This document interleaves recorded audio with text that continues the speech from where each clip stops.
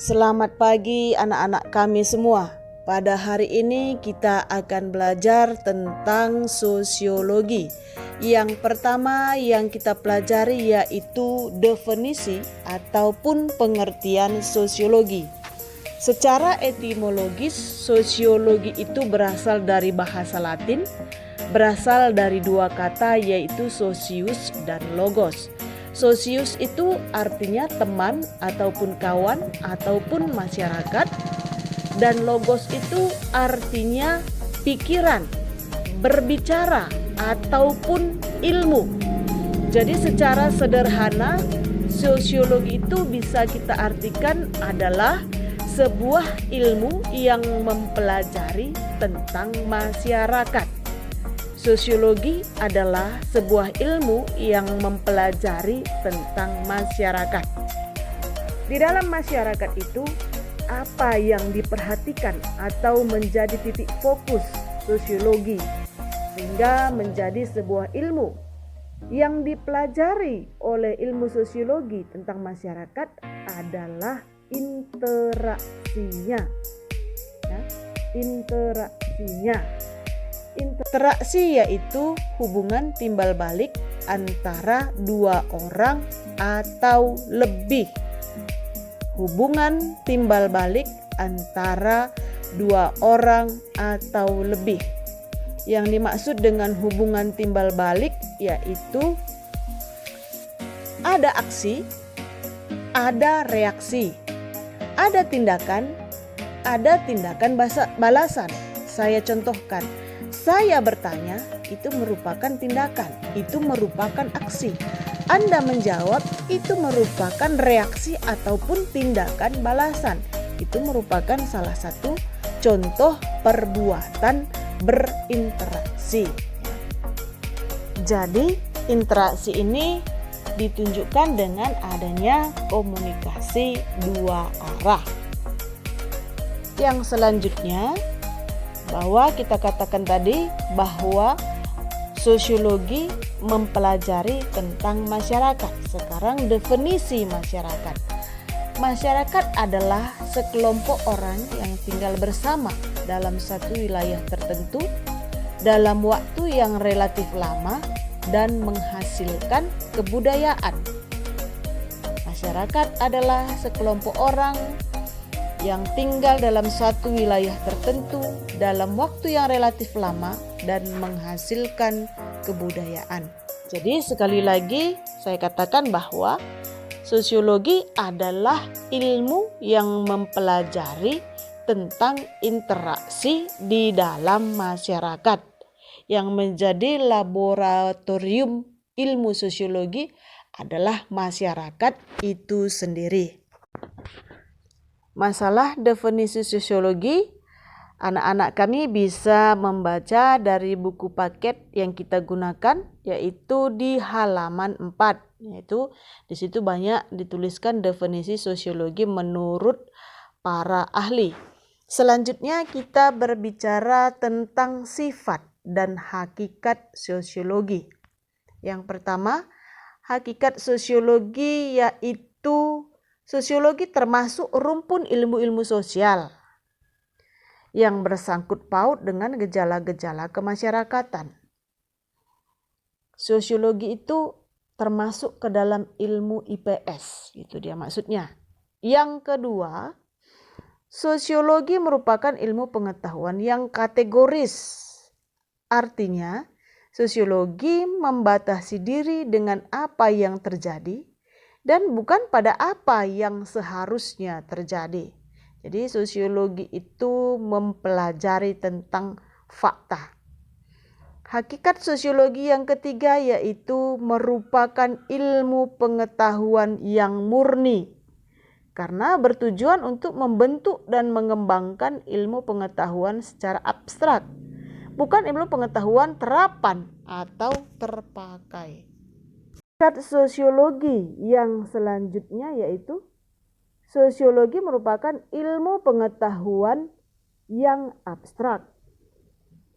Artinya, yang diperhatikan adalah pola dan peristiwa yang terjadi di dalam masyarakat.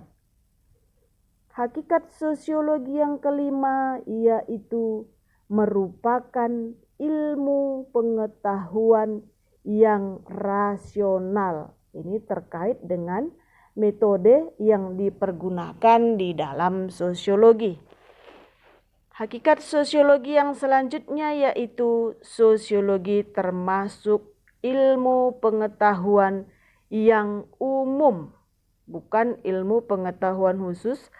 Artinya, sosiologi mengamati dan mempelajari gejala-gejala umum yang ada pada setiap interaksi dalam masyarakat secara empiris.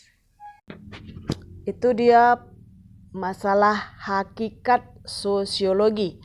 Kita lanjutkan kepada sifat sosiologi sebagai ilmu. Sifat sosiologi sebagai ilmu inilah yang membedakan sosiologi dengan ilmu-ilmu lainnya. Sama dengan manusia yang memiliki sifat yang berbeda-beda, sosiologi juga memiliki sifat. Ada 4 sifat yang dimiliki oleh sosiologi. Yang pertama yaitu sosiologi bersifat empiris, artinya didasarkan pada observasi dan akal sehat yang hasilnya tidak bersifat spekulatif. Kalau dia berdasarkan pada observasi, berarti sesuatu itu sudah menjadi fakta sehingga bisa kita amati. Sesuatu itu adalah fakta sehingga bisa kita observasi.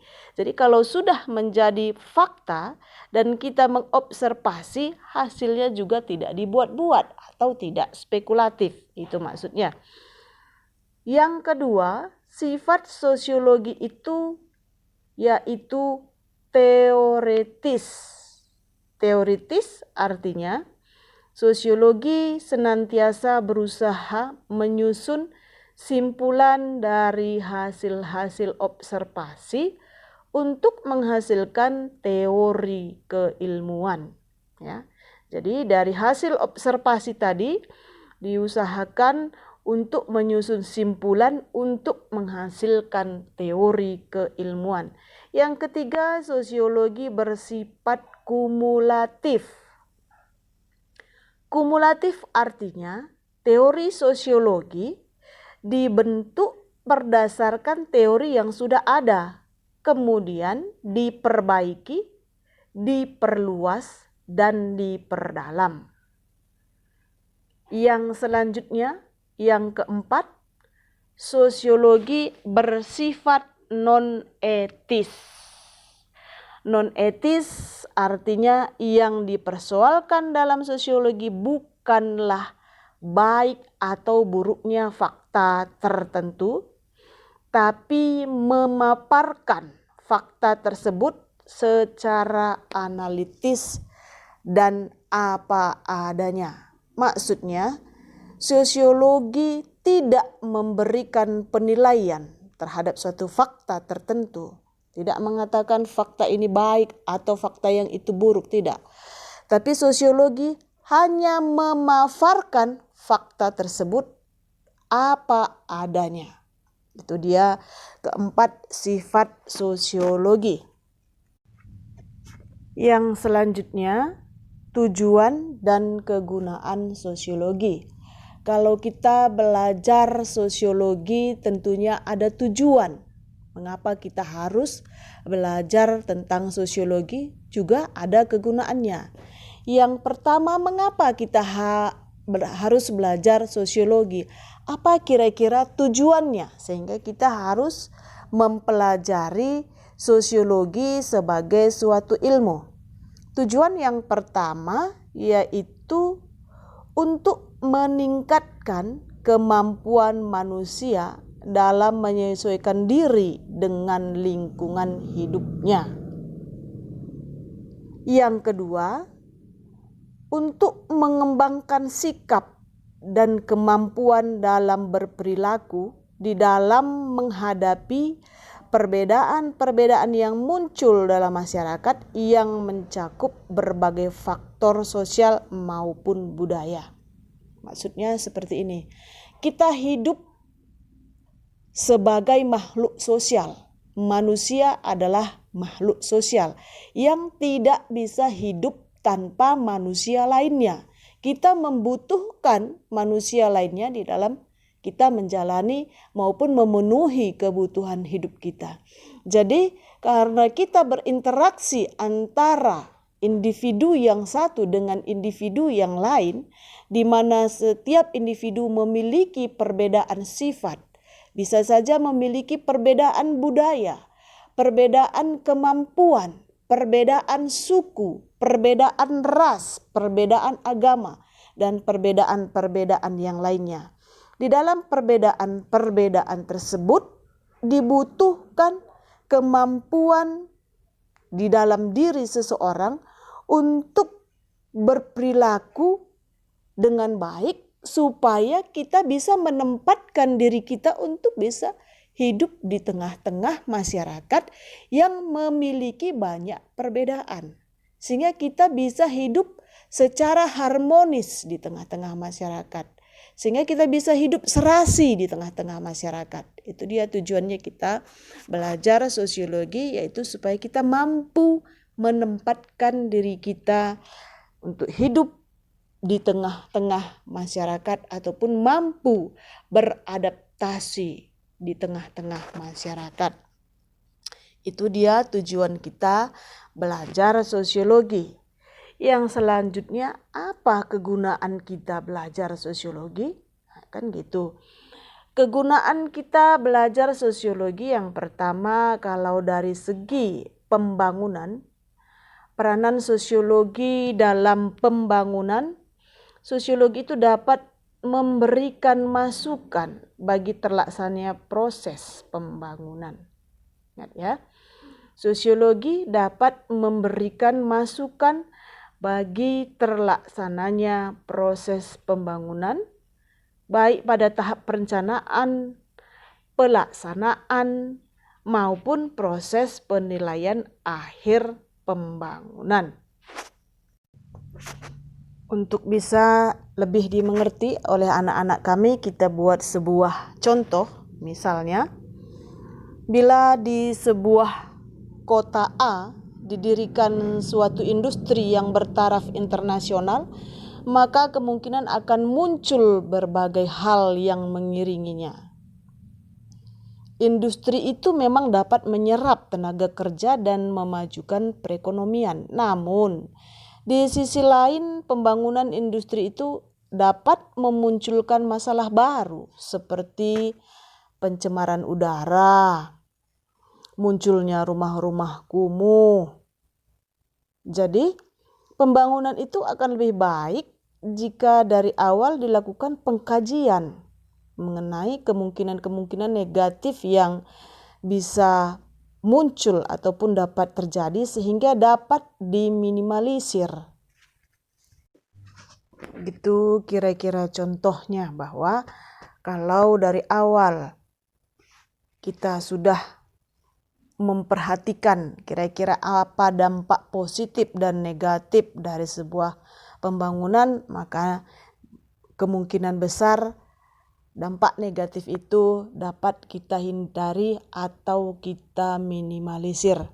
Kita lanjutkan kepada kegunaan sosiologi yang kedua, itu dalam bidang penelitian.